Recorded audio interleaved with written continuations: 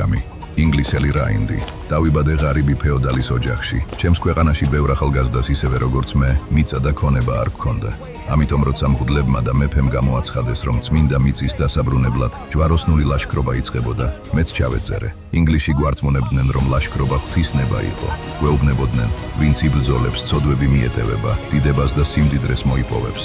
მე ვფიქრობდი, რომ გმირი გავხდებოდი, მიწას მილირებდი და უფალს ვასიამოვნებდი. ეს იყო ჩემი მთავარი მოლოდინი. მე მივიღე მონაწილეობა მესამე ჯვაროსნულ ლაშქრობაში, როცა ჩვენს მხარეს იდგა ინგლისის მეფე რიჩარდ ლონგული. მახსოვს, როგორ ვებრძოდით მუსლიმებს სალადინის წინააღმდეგ. ბრძოლები მძიმე იყო, სიცხე აუტანელი. ბევრი მეგობარი დავკარგე. ჩვენ ავირეთ ქალაქი აკრი, მაგრამ იერუსალიმი ვერ დავიბრუნეთ. მაშინ პირველად დავფიქრდი, ნუ თუ ეს ყველაფერი მხოლოდ ღმერთის სახელით კეთდებოდა.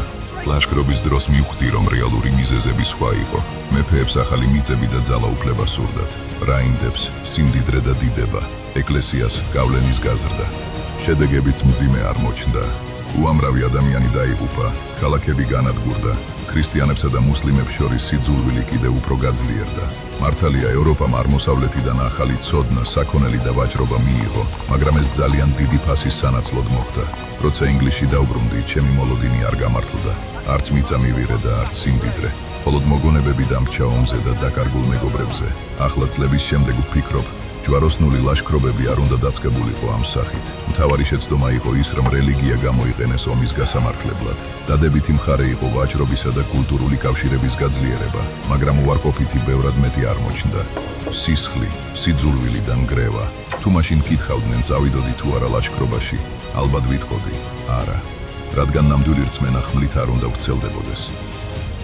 ჯვაროსნული ლაშქრობების მიზეზები. ქრისტიანული ეკლესიის სურვილი დაებრუნებინა წმინდა მიწა, იერუსალიმი. რელიგიური მოტივები, სოლვების მიტევების დაპირება.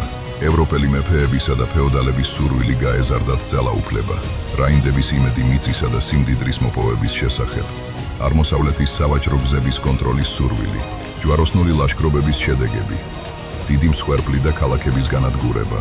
ქრისტიანებსა და მუსლიმებს შორის მტრობის გაღრმავება. იერუსალიმის დროებით დაპყრობა და შემდეგ დაკარგვა. ევროპის ეკონომიკური და სავაჭრო კავშირების გაფართოება. აღმოსავლეთის კულტურისა და ცოდნის გავრცელება ევროპაში. დადებითი მხარეები. ვაჭრობის განვითარება. ახალი ცოდნისა და ტექნოლოგიების გავრცელება.